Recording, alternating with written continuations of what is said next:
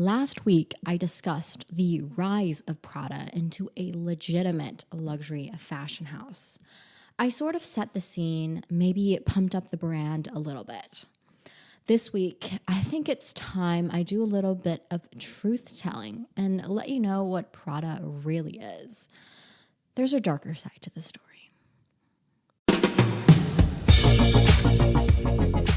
You're listening to Dressher, the podcast about luxury, fashion, and the forces that influence it. Complacency is the worst enemy to creativity. At this point in our timeline, at 2005, Prada is complacent. They are running on autopilot. Hell, that's even being generous. It probably happened years earlier. You see, they've developed themselves as a brand that means something. Good clothes, good shoes, those are secondary to the brand. I mean, take a look at what their brand means in pop culture. That will tell you all that you need to know. See, there's a difference between like and love. Because I like my Skechers, but I love my Prada backpack. But I love my Skechers. That's because you don't have a Prada backpack. Oh. That was from the movie 10 Things I Hate About You. I personally agree with her. I think the word love is overused to the point where it doesn't really mean anything. You should probably use the word like in its place for more frivolous things. But clearly our character understands that difference and used the really intense word of love to describe Prada and her Prada backpack.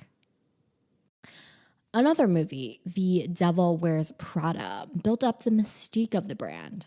Andy, the protagonist, is played by Anne Hathaway, who moves to New York City in the hopes to become a journalist.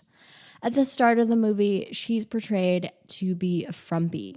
I thought you would be different. I said to myself, go ahead.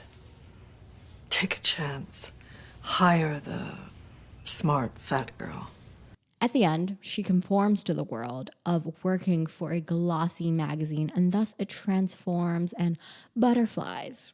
However, in my reading of the film, it seems as though she relinquished her creativity to become just like everyone else. The phrase, "The Devil Wears Prada," refers to her boss, the editor-in-chief of the magazine.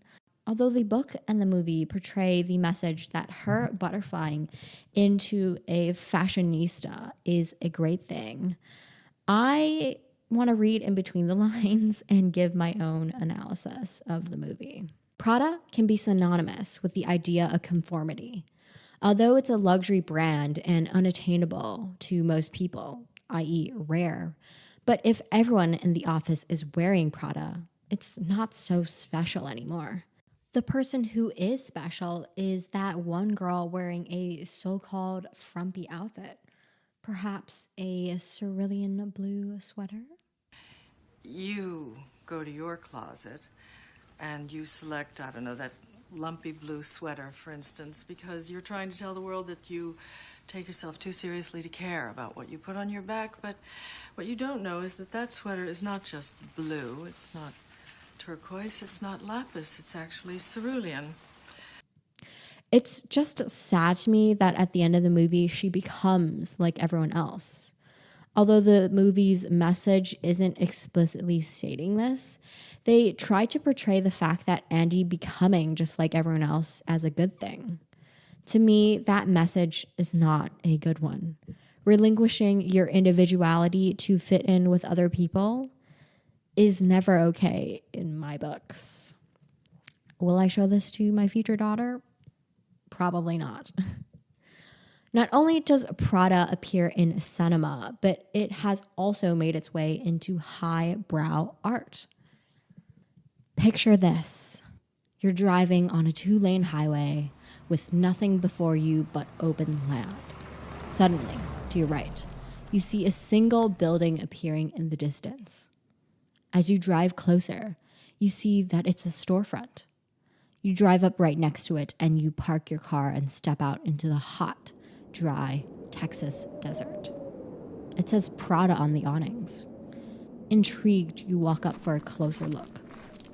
Minimalist, a perfect rectangle with 2 symmetrical awnings and a doorway in the middle. The colors are primarily black and white. As you get closer, you notice there are handbags and shoes.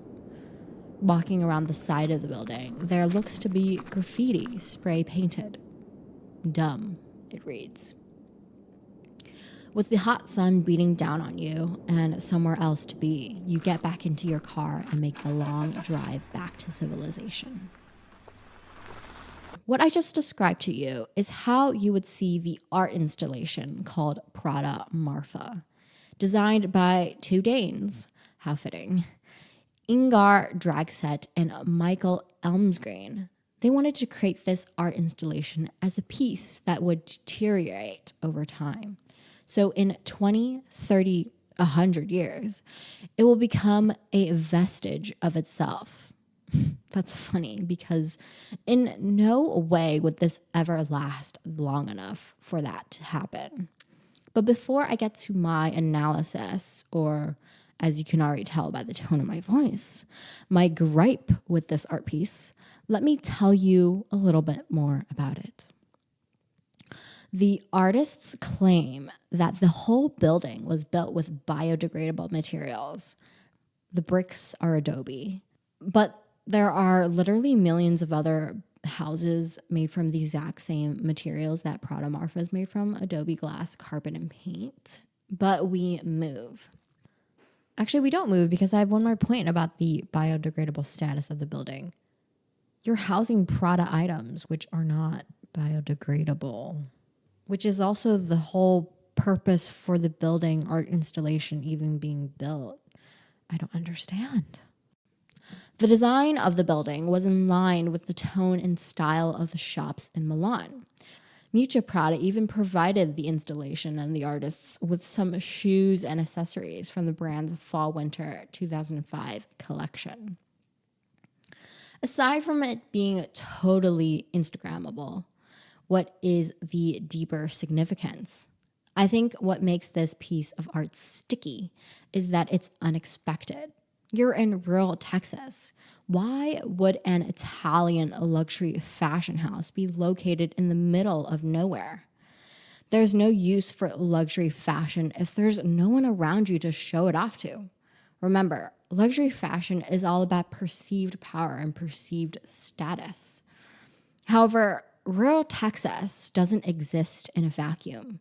It is still subject to the rules of the greater world. Even though Texans try to proclaim there are no rules in their state, clearly Prada still held on to its luxury name because just 3 days after the piece opened, it was vandalized, broken into, and looted. So just like everything else, capitalism corrupts everything, even art. Since then, safety measures were taken. Prada bags were given GPS trackers, their bottoms were even cut out. All of their shoes became right-footed, so who's going to steal one shoe? Turns out those security measures didn't stop people from doing what they wanted with that piece of art. In 2014, it was once again vandalized by a Texas artist named Joe Magnamo. He basically took their art installation and turned it into a Tom store. Spray painted it blue, wrote Tom's all over it. You know, that brand that built itself up using the charity model. If you buy a pair of shoes, they'll donate a pair to someone in need. That brand, I have my own opinions about that brand. But, you know, honestly, good for you for protesting it because, good golly, that's a whole nother story, though. The whole point of this guy's vandalism was to protest Tom's, and this really upset Ingar and Michael. They didn't like the fact that he was using their art piece to gain exposure for himself and his message. But that's a bit hypocritical, don't you think? You are using Prada's brand and mystique to gain exposure for yourself. Am I wrong about that? It's a rhetorical question. Fact number 2. You're okay with animals gnawing at the piece of art or making a home from it. You're even okay with a Texan using it for target practice, but vandalism by humans? Oh my gosh, How dare they? What's the difference? I've always said and thought that everything a person does is done for someone else. I don't believe you can truly do something just for yourself, for the sake of yourself. There's always an underlying and usually uglier motive for everything. And maybe that's just me being really cynical, and you can totally disagree with me, but it's just the way I see the world. It's especially true when it comes to luxury goods. An obvious example is buying an expensive handbag. Behind all that mumbo jumbo saying, oh, it's a good investment, it'll only increase in value, which, by the way, doesn't happen for most handbags, you secretly just love the feeling of being superior to other people, of being the best dressed one in the room. Live your life. Buy that handbag for your birthday. I don't care. I would do it too if I had the money. Even with selfless actions, donating to charity, for example, we do it to feel good about ourselves because of the societal pressure making charity work a good thing, an admirable way to spend your time. Everything we do is performative, and that is the key word. We put on a good show for other people. The itch to be performative can manifest itself in frivolous ways, like what kind of handbag you carry. But it can also manifest itself in ways that really do matter. In 2020, the largest civil rights movement since MLK occurred with the murder of George Floyd. I'm going to tell you a little story here. In high school, I was a part of a diversity and inclusion club. For MLK Day, a day where students normally would have school off, we put on a sort of diversity training day where we would talk about things like code switching, internal biases, etc. Our school really needed it. It was, no kidding, basically 99% rich white kids. And on MLK Day, over half of the school was surprisingly missing. And this was weird because the thing about our school is that it's very academically rigorous and the students were extremely high achieving. You didn't miss school, period, full stop. People prided themselves on going to school even when they felt like dog shit. I know, it's strange. So to get around the unexcused absence, the parents called in sick for their kids because they thought having the day off was more important than a half day of diversity training. And I won't lie, I was hurt by the experience. Our club was made up of mostly minority students, and having our peers not show up on our big day was a wake-up call of sorts. At that time, there was no societal currency to be gained by showing that you cared about minorities. No one in our club was particularly popular because we weren't rich or white, two key qualifiers of being popular at our school. And if none of your friends are minorities and you're pretty much insulated in your little bubble where race doesn't affect you, why would you care? And I don't blame anybody. I mean, why would you want to go to school when you could just stay home? I get it. At least you're being true and authentic to yourself. What does make me angry, however, was that 6 years later, with the murder of George Floyd, these same folks who really didn't care to show up at school that day and who point blank told to my face, I don't see color, seemed to care. Because in 2020, there was incentive to care. I think you can see where I'm going with this story. People are 100% performative. And that same feeling I had in high school, a sort of silent rage, is exactly how I feel about Prada Marfa. My biggest gripe about Prada Marfa is that this piece of art is so performative. It doesn't feel like art to me because art isn't meant to be performative. When it does become performative, it loses its authenticity. Whatever underlying message Prada Marfa was meant to achieve, it doesn't achieve it. Now, to tie this whole conversation back to Prada, the brand, Prada Marfa, the art piece, really shows how potent the brand is and how cemented it is in our consciousness. And you best believe Prada takes advantage of that fact. They think they can make anything, and us schmucks will buy it. I'm a firm believer that fashion houses should stick to their ethos, their original DNA. If the brand was founded on women's wear, don't branch out into menswear. If your company was founded on making the best golf wear, I don't want to see you guys making summer dresses. It just feels inauthentic and like a cash grab. Prada clearly did not believe in my same idea because they decided to partner with LG in 2006 to create a new type of smartphone. The goal of this partnership was to combine expertise, Prada for the design of the phone and LG for the tech. In 2006, Patrizio said, "As we do with ready-to-wear and accessories, we're looking at a breakthrough. Consistently with our approach, we're not branding an existing product. Rather, Mucha and I have been working with LG to give this new phone a very strong character and unique style, both in its contents and in its design. We, just like our partners at LG, are known for attention to detail and uncompromising quality of our products, and we find these characteristics in the new mobile phone," end quote. The phone was subsequently released in April of 2007. This partnership seems unusual today because Apple is clearly the king in terms of technology and design. However, back in 2006, the most popular phones were niche and only good at one thing. The BlackBerry had email capabilities. The Motorola Razr's key selling point being fashionable and thin. The LG Chocolate had key selling points of music playing capabilities. It's crazy. A world where a phone couldn't be an all-in-one device. You had to choose.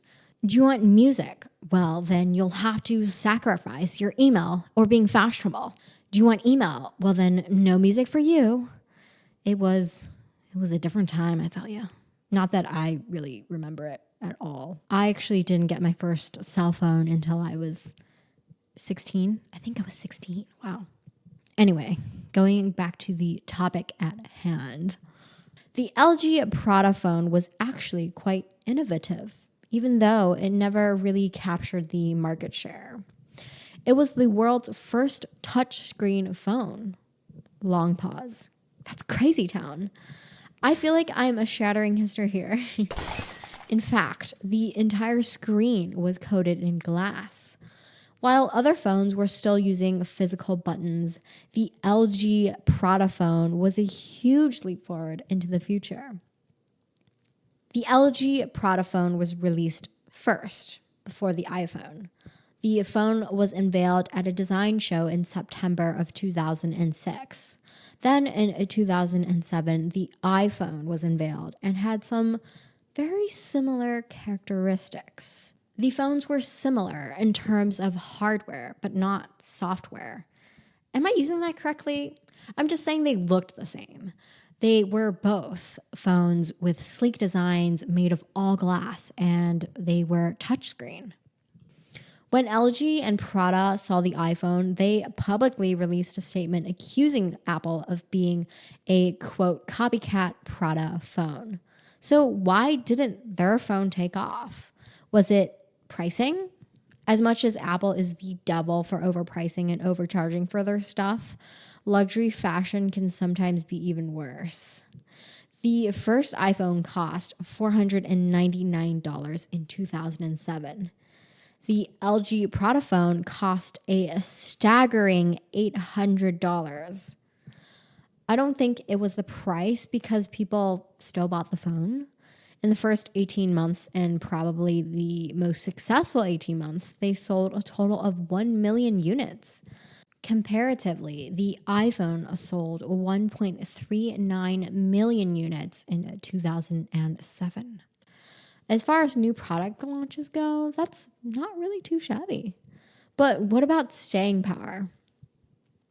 Prada clearly misjudged the direction that technology was moving in. Remember when I said that the hardware was the same, but the software was different?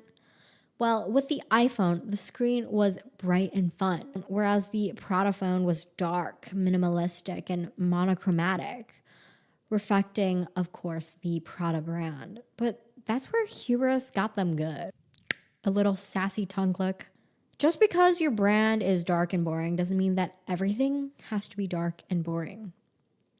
With a little bit of dramatic irony, us sitting here in the future, we can clearly see the truth. But maybe 15 years ago, if I had the money, I would have bought a Prada phone over the iPhone. Who knows? What I do know for sure is that the Prada phone feels like a disingenuous attempt for yet another brand to try and get their grubby little fingers on as many different types of things and industries as possible. But I think in the 2007 world, a cell phone was viewed more as an accessory than a necessity like it is today. Still, it makes me really skeptical about luxury fashion. It seems to be the case more and more that luxury fashion is just simply a product sold by a multi-billion-dollar corporation whose only interest is to make money. I've heard from friends who work in fashion as buyers or as designers that the industry is super competitive, but competitive in ways that have nothing to do with your job. For example, how young you are, how pretty you are, how skinny you are, all of which you literally have like zero control over, are key determining factors of your success in fashion. With all the progress that fashion has made, it's still in many ways a very backwards industry. In 2010, just literally 12 years ago, Prada landed itself in very hot water. Prada employee Rina Bavosi issued a lawsuit against Prada Japan concerning her own mistreatment, as well as sexual harassment and discrimination for her fellow employees. After she complained about harassment, she was fired. Not surprising, still very wrong, but not surprising since Prada Japan CEO David Sessia allegedly fired or demoted women who he said were, quote, old, ugly, fat, disgusting, or did not have the Prada look. Who, by the way, this dude is also old and ugly himself. I don't know where he gets the right to speak about other people that way. Rina was the first female executive of Prada. She reported directly to the CEO and oversaw 42 stores in Japan, Guam, and Saipan. So if the company treated her like dog shit, the head honcho, imagine how they treated the little people, like their interns, for example. Not that hierarchy should matter at all. People are people. It shouldn't matter what your job title is. I really could care less about that. But if you look at Prada's organizational chart, it's shaped like a fucking pyramid. So they obviously deeply care about people's job titles and where they land in an organization. And I'm 100% positive that the people at the top get preferential treatment, which makes what I'm about to tell you next, what Rina went through, even more bone-chilling. So Rina started her career at Prada in 2009.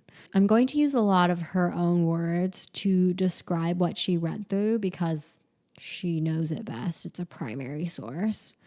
She writes, I was hired in April of 2009, and so this is when the fashion industry in Japan started to fall because of the financial crisis. So everyone was stressed and depressed. Whenever sales went down, someone was picked and then harassed. I was shocked because I had never seen women treated that way at work. Before her tenure at Prada, she worked in New York. She says, I always had female bosses. The Devil Wears Prada is exactly what I went through. Maybe even a little worse. But that's how it was. So it's not like I couldn't take any level of craziness. But what I witnessed in Japan was pure discrimination, harassment, something that I'd never seen. End quote. Chilling. There's so much more. Let me continue. Rena says, Prada didn't know how to increase sales, so they came up with this idea that if staff buys the bags or whatever, you can boost the sales. Whoever raised opposition with management, they received a warning letter from Human Resources. End quote. It has been long known that working fashion doesn't pay well. However, some perks are that you are sometimes given really expensive clothing or accessories. If only you could pay your rent with chic clothes, but you can't. It's still a priority to be dressed well when you work in fashion, though. You have 5 roommates, but at least you're wearing a $5,000 dress, right? Not really. The most sinister bit of this situation was they're not giving the Prada bags away. They're forcing employees to pay for them in a financial crisis. All because they're concerned about pleasing their shareholders, their bottom line. Now, is that really what luxury should stand for? I think not. There's so much more. It gets worse. More quotes from Rena. Another thing is that my assistant reported that she got sexually harassed by someone from Milan who was on a business trip with her and tried to get into her room at the hotel. And she was terrified because he was in a higher position than her from Milan. But she still wanted to work for Prada, so she was scared to report it. In October of 2012, the Tokyo court ruled in Prada's favor. I know. Judge Morioka ruled that it is legal for Prada to commit such acts against their female employees because, in her opinion, it is, quote, standard practice in the fashion industry. Wow.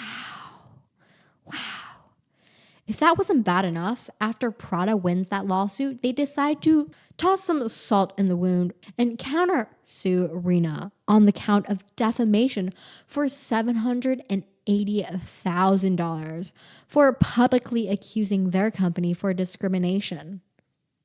If you're shocked to hear that, don't be. There are so many cases of large fashion conglomerates going after the little people. If you fuck with their brand image, they will intimidate and bury you. Bless Rena because she didn't capitulate. She took her case to the UN and they believed her. The Office of High Commissioner for Human Rights has called for Japan's state party to introduce new regulation for making sexual harassment illegal. Apparently, it wasn't written into the books in 2009, like sexual harassment isn't illegal in 2009. I don't get it.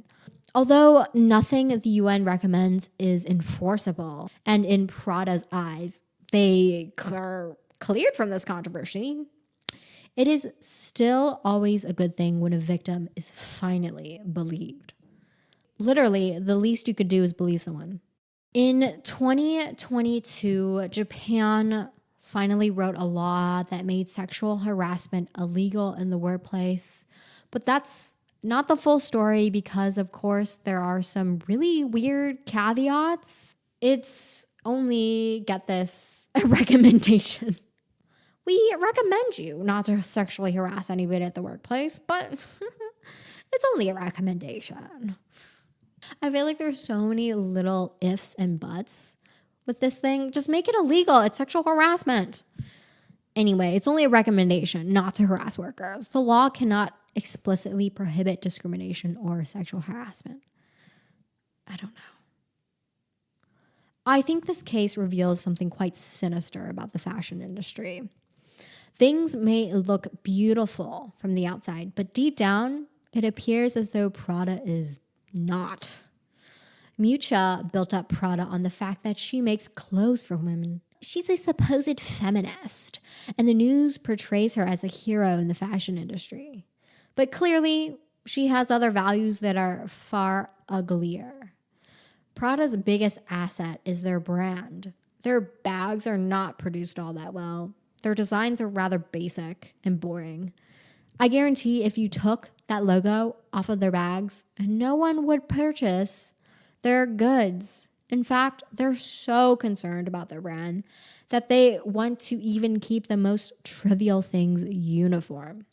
Irina said that she never received her trash can until a month into the job because even that had to be imported from Milan.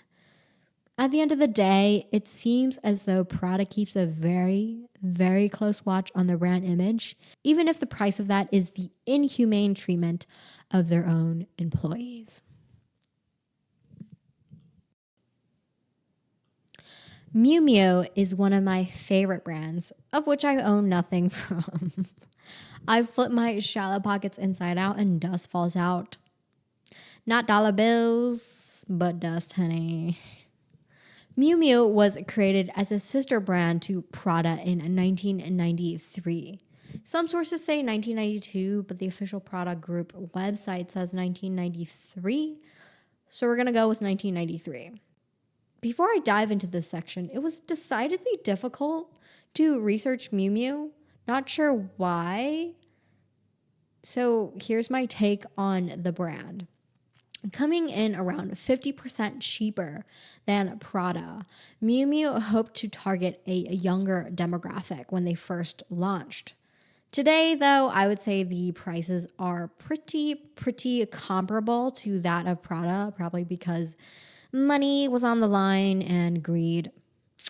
The namesake Miu Miu was actually Miucha's nickname, and this new brand allowed her to let her creativity run a little bit more wild without designing under the constraints of the Prada brand, which is still technically her grandfather's legacy.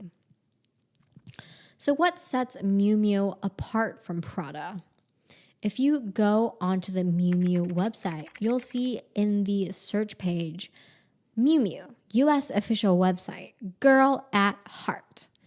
Diving in deeper, you'll see a series of really girly, almost childlike outfits. However, Miu Miu doesn't have a children's line. Those Peter Pan colored dresses, Mary Jane shoes, and decadent earrings are for grown-ass women. I love it because it's kind of my aesthetic.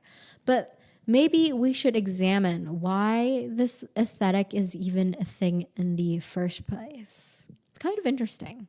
And keep in mind, this is all my personal take. Miu Miu doesn't explicitly say this, but you can kind of glean it. Miu Miu has often been described as Prada's, quote, naughty little sister.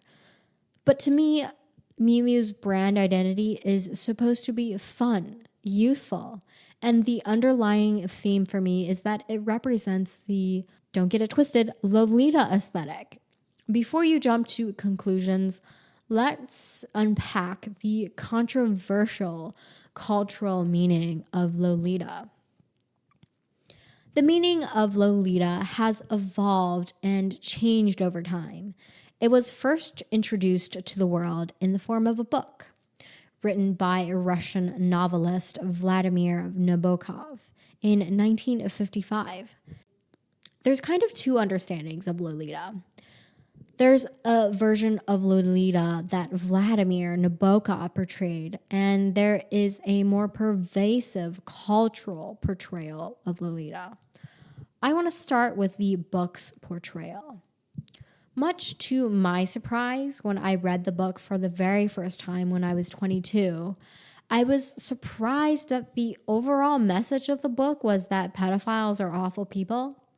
Because based off of the cultural understanding of who Lolita represents, I kind of expected the book to read as a disgusting sex novel. The book is written from the point of view of an older man named Humbert Humbert. Sometimes it gets confusing because as I was reading the book, I wondered if this was the perspective of Humbert Humbert or if it was the perspective of Vladimir Nabokov. They're both European men who came to America around the same age, so I was like, is Humbert Humbert actually you? Are you actually a pedophile, Vladimir? But I can officially say with 100% confidence that Nabokov is not a pedophile, like not at all. He's just a really talented Russian American writer who had a very loving relationship with his wife. Never touched children, I promise you. So, Humbert Humbert, the character, was born in 1910 to a well-off European family.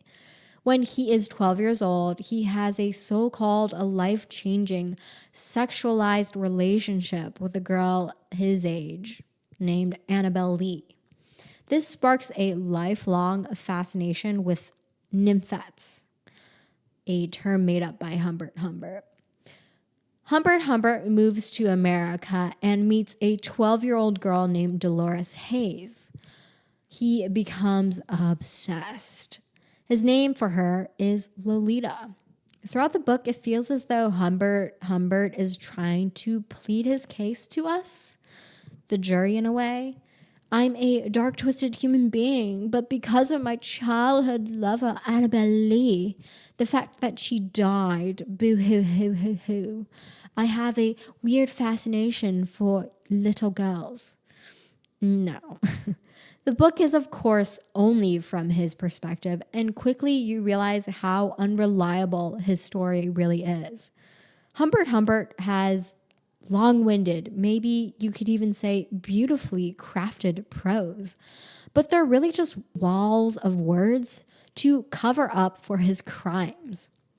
Dolores is just a 12-year-old girl. Because the book is written from solely his perspective, we don't get much of her. But of the little bits and pieces that do come through, we realize that she's just an ordinary girl, not a sexualized temptress. She likes jazz, she likes square dancing, and she knows what's happening to her is deeply wrong. The pop cultural icon Lolita tells the opposite story. Lolita can be a general term used to describe nymphets. The term, by the way, was a made-up word by Vladimir Nabokov, and it is now part of our modern-day vernacular, which is kind of crazy. Nymphets are attractive young women who are sexually mature, but still exhibit childlike innocence.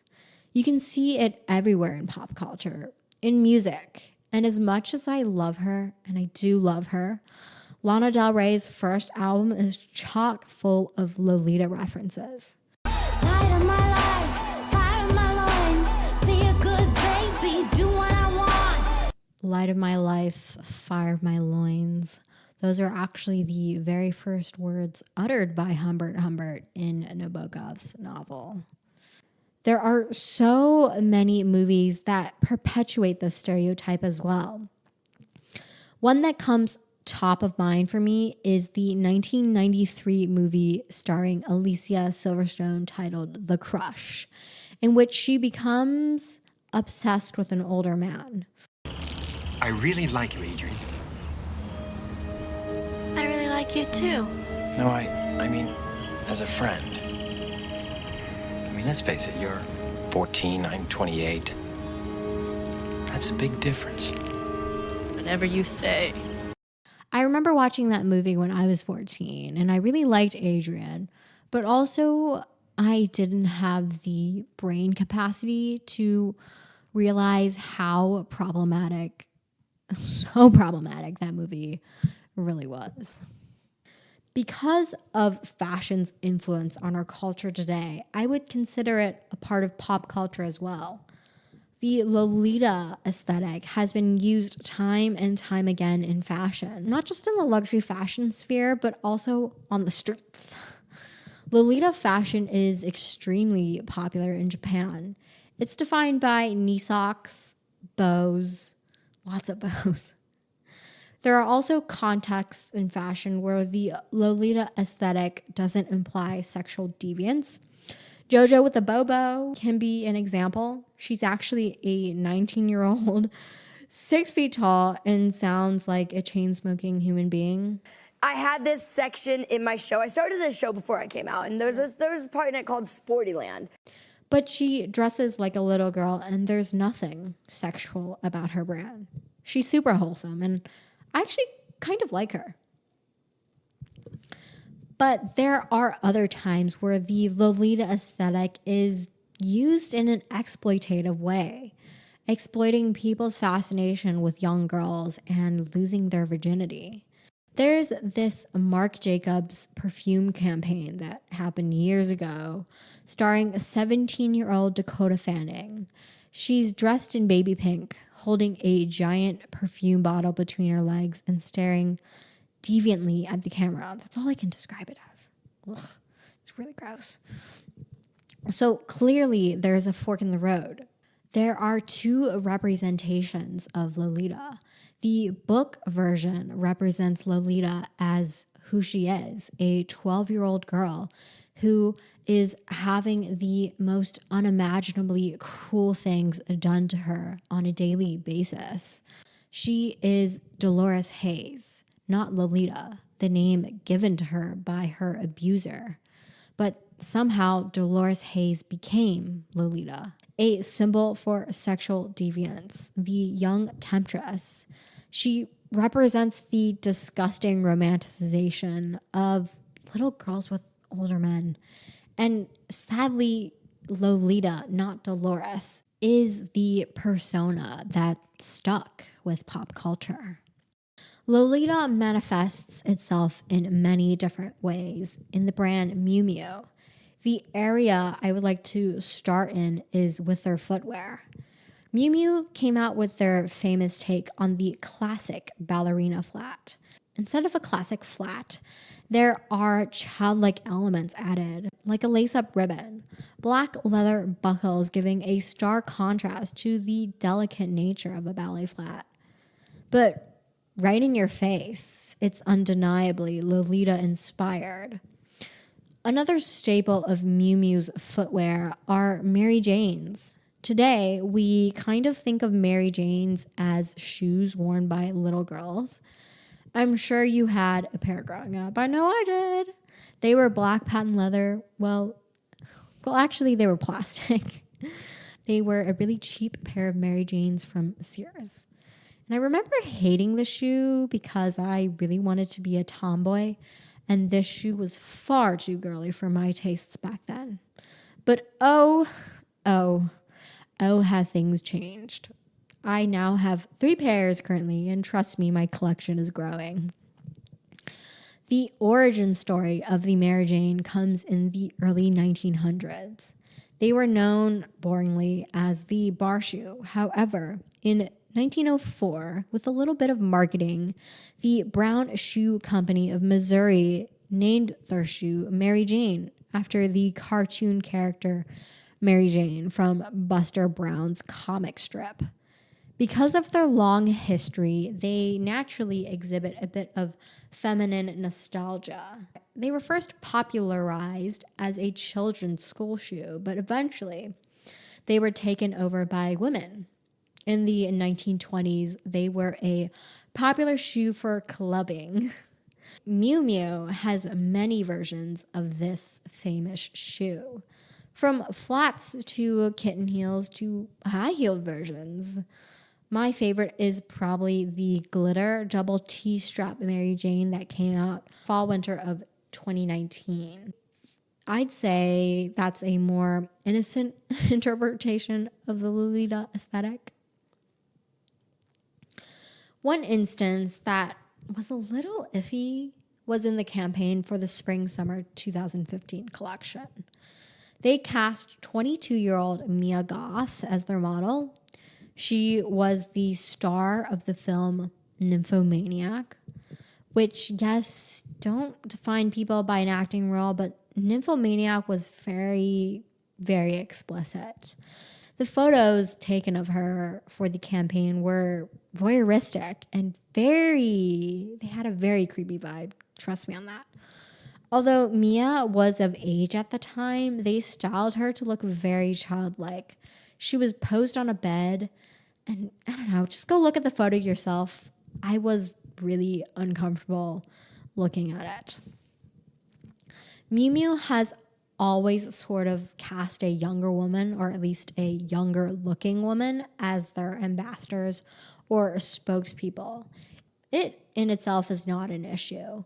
It becomes an issue when it goes over the edge. When we talk about luxury fashion houses, when we talk about luxury fashion houses, they usually have iconic pieces. For example, the nylon bags for Prada.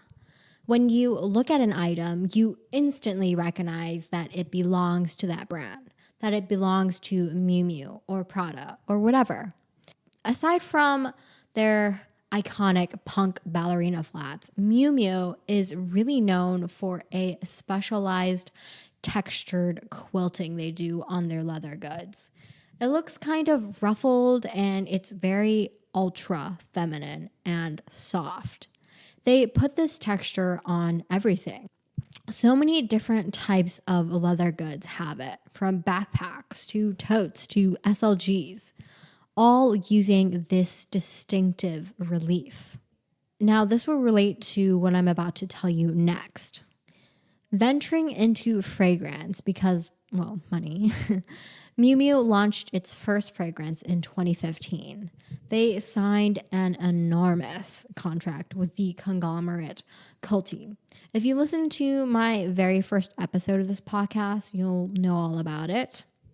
What Culti does is they are given a brief from a fashion house that they work with, and it can be a crazy fucking brief. A fashion house can say, make a scent that is youthful, flirty, but not too flirty, and with the smallest dash of sexy. I mean, like literally that. And Culti translates that into a fragrance. Fragrances are notoriously hard to describe because humans' primary sense is sight. Everything in our world is catered to vision. For example, the way we get around the world is enormously based on street signs, maps, and traffic signals. Dogs, on the other hand, are scent-based creatures. They map their world on what they smell. I'm sure if they could speak, they would have much better language to describe scents than we do.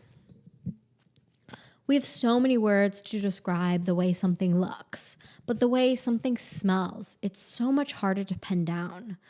I want to do an entire episode dedicated to the perfume industry one day, but for now, I'm going to gently gloss over the surface. It'll still be interesting though. In the fall of 2015, the first Miu Miu fragrance was launched. Created by perfumer Daniela Andrier, it comes in a blue bottle with the iconic matelassé handbag relief with a pinky red cap. Remember that relief that I was sort of talking about earlier? Well, they bottled it. They describe the fragrance to be a coy, mischievous quality to everything in the brand. It flirts with and it upsets expectations. So the first fragrance for Miu Miu is something of a chimera. You can't quite categorize it because it refuses to be categorized. End quote. I mean, what the fuck? That was taken directly from Culti. Let's see if it's understandable in perfume terms. Okay, here we go. At the heart, it is a swirl of lily of the valley, created from a fusion of real jasmine, rose, absolute and crisp, synthetic green notes. Can you spell it yet? Because I can't. That little exercise I put you through, thank you for going through it, displays how hard it is to pin down a scent. If I told you that her dress is a floral lilac wrap dress that is knee length, you would have a very good idea of what I was talking about. But the nose is a whole other matter, which makes me so fascinated by it. And I can't wait to research more about it one day. That is why you get weird ass briefs like a creative fragrance that is youthful, flirty, but not too flirty, and with the smallest taste of sexy. This is what CEO of Culti had to say about the collaboration with Miu Miu. It is an exciting opportunity for Culti to build a worldwide fragrance business for Miu Miu and also further build our own market share in the prestigious fragrance market. Does that sound like creating the best perfume that money can buy? Does that sound like creating the best perfume that money can buy? Does that sound like luxury to you, or does it sound like consumerism and the bottom line? Miu Miu expanded their product categories to include menswear as well in the fall-winter of 99. To me, it doesn't make sense for Miu Miu to have a menswear line. Miu Miu is all about, as I laid out previously, the Lolita aesthetic. It's supposed to be ultra feminine. How does menswear fit into that? The quick and simple answer is that it doesn't. It seems like a ploy to make money. A very common trend, it seems, with the Prada group. What new ideas does the menswear line have to add? I can't think of any. To me, it feels soulless. Although Miuccia claimed at the time that this collection had a youthful, playful vibe to it, I guess in keeping in line with the Miu Miu brand's aesthetic, it feels like she's trying to fit a square peg into a round hole. It just doesn't work. Plus, there's no way one creative director could create 8. 1, 2, 3, 4, 5, 6, 7, 8. Thank you, I can count. Wholly distinct and well thought out collections in a year. She had to design the Prada women's wear for fall, winter, spring, summer. Prada menswear for fall, winter, spring, summer. Miu Miu women's wear for fall, winter, spring, summer. And Miu Miu menswear for fall, winter, spring, summer. That's just for one single year. And keep in mind, each collection has to have shoes. She has to think about what the model is wearing. She also has to think about what's she going to design for the handbag of this year. What about accessories like jewelry? What are the models going to wear? Who are the models going to be? What is their makeup going to be? 8 different collections. Did she have help from other designers? I sure would hope so, because there's no possible way that one single person could do 8 wholly distinctive and well thought out collections in a year by herself. And the ridiculous thing is that Prada and Miu Miu try and uphold the narrative that Miuccia is the sole creative director of both brands. Fine, you can have that narrative. But my conclusion is going to be that you were just pumping things out like a factory, not really caring what went on the runway, only caring if you made money or not. Going back to the menswear collection by Miu Miu, I despise it, and thank God we saw its end in 2008, but not for long. The menswear line was, unfortunately for me, resurrected for the fall-winter 2020 season, and it's fugly. I hate it. It has a touch of femininity that is just all wrong. I'm all for blurring the rigid gender identities when it comes to fashion especially, but it has to be done in a way that makes sense. The Miu Miu menswear collection is girly. I'm not talking feminine, but straight up girly. Picture girly items on grown-ass men. Truthfully, Miu Miu menswear feels like a pedophile playing dress up. Burn. I feel like I'm at odds with Prada and its subsidiaries. They make beautiful items, they do, sometimes. Apparently, I'm full of roasts at the end of this podcast. Maybe I'm just in that kind of mood. For the last 20 years or so, much of what Prada has been doing can be summed up by 2 words: stunts and gimmicks. They've expanded into so many areas that don't make sense for them.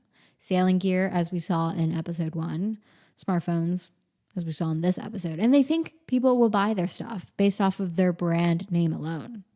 And people will. They're right about that. People will, for a little while, until they realize these are not good products. So much emphasis went into building up the brand image. And as we found out, they will step on their employees' backs to protect the brand. So at the end of this, take Prada and her subsidiaries with a heavy grain of salt. Thank you guys so much for listening. Every episode is written and produced by me, Michelle Chang.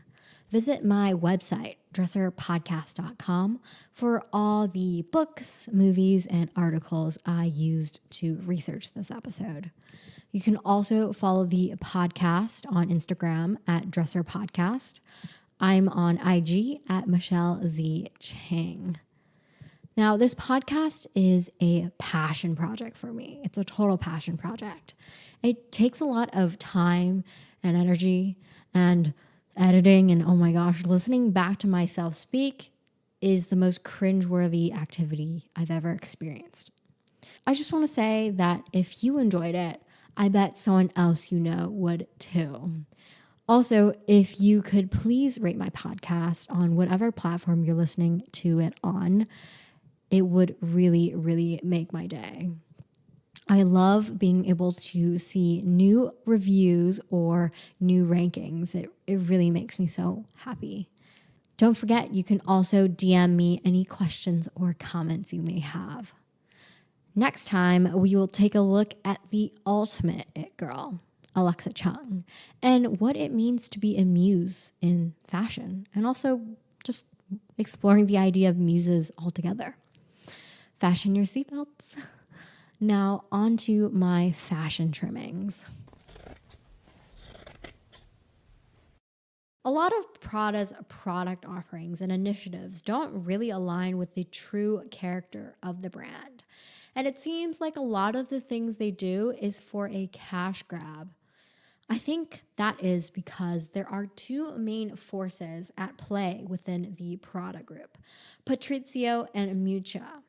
Patrizio is clearly a businessman and puts profits of the company above all else. An example, in 2000, the Prada group bought a majority stake in Jill Sanders' company, where she was creative director. Famously, though, she quit after disagreeing with Patrizio on a strategy. The details of what strategy, we will never know. But I have an inclination that it had to do with this. Patrizio has said that fashion labels need more marketing and less creative people. Jill Sanders is a creative and probably wanted her product, which bears her own name on it, to be the best it can be and to be true to her vision. Maybe that didn't align with the business goals of Prada. And so she left. And I'm just saying, it must have been one hell of an argument for you to leave your own company that you helped build up and make successful. But really, he was wrong in the end, because soon after Jill left, her entire team basically left along with her, and the brand's sales tanked as a result. Hopefully, that was a lesson learned by Patrizio. Lest he talk about creatives like that again. Speaking of creatives, his wife. Miuccia is a huge creative force behind Miu Miu and Prada. However, after having dollar signs flash in her eyeballs to the tune of 10 figures, all them zeros have clouded her judgment. She's often said that working at Prada can sometimes be boring. She has to work within Prada's design language. If I were to judge Prada, I would say that Prada has become a company that is first and foremost a business. It is second a fashion house, and that is sad. It seems like what Miuccia has done later on kind of dims the whole purpose of her earlier collections. Remember, in part one, Miuccia was creating collections to rebel against the bourgeoisie, to create a statement for women.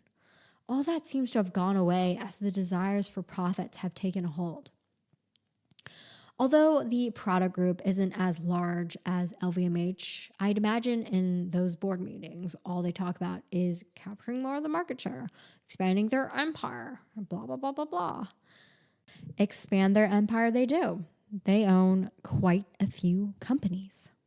They own Prada, Miu Miu, Churches, which is an English sandal company. Weird, I know. Car Shoe, Linea Rosa, and a fancy bakery confectionery chain. Those are all companies in which they own outright. I'm sure they have many more in which they have a large stake in as well. Because of Prada's history and sheer volume, it will always be a juggernaut in the luxury fashion space. What they say and do matters. I just hope that in the future, they will make moves that are in line with what made them so great in the first place.